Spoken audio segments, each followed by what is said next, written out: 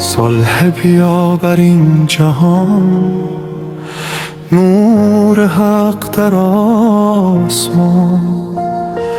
دل شدت آرام و پاک، بی جنگ و بی دشمن.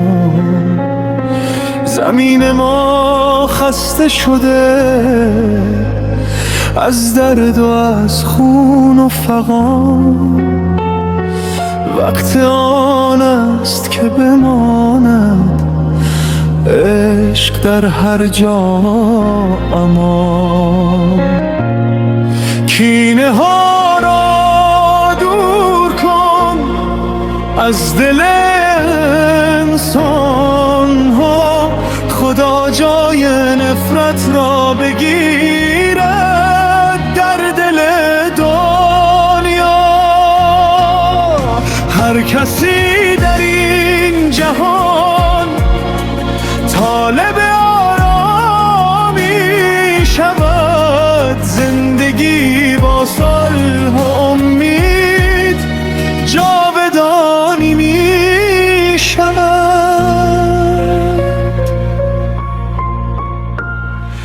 ای خداوند مهربان، رحم بر این خاک کن.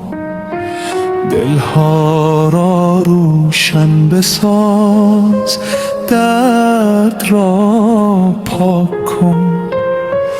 از سیاست تا سپاه، از هر مرز و هر نشان بگذرد موج محبت در دل این آسمان. ایران و آمریکا و هر کشور در جهان، همه انسان ناند و بس در یک زمین و یک مکان. هیچ مرزی مانع عشق و حقیقت نمی شد. دل گر بیدار گردد ظلم باقی نمی شد. کینه ها را دور کن از دل انسان، خدا جای نفرت را بگیرد در دل دنیا. هر کسی در این جهان طالب آرامی شود، زندگی با صلح و امید جاودانی می شود.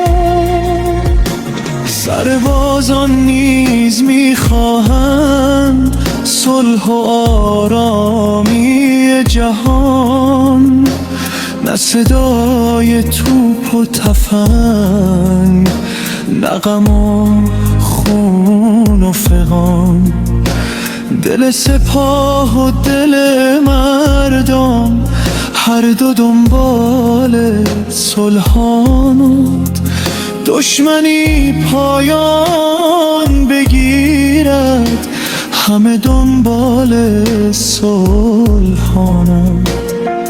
دنیا امروز خسته است از دروغ و از جدا، باید از نو ساختن یک جهان بی غیال. عشق باید حاکم شود بر دل هر سرزمین، تا شد این خاک ما باغ صلح و بهترین. بیایید با هم بگوییم صلح ما راه نجات، دشمنی پایان بگیرد زنده باد این کائناتت. دست در دست هم دهیم تا جهان بهتر شود. خانه انسانیت پر ز نور و پر شد. کینه ها را دور کن از دل انسان ها، خدا جای نفرت را بگیرد در دل دنیا. هر کسی این جهان طالب اراده شود، زندگی با صلح امید جاودانی می شود. صلح بیاور این جهان، نور حق در آسمان، دل شود آرام و پاک، بی جنگ و بی دشمنان.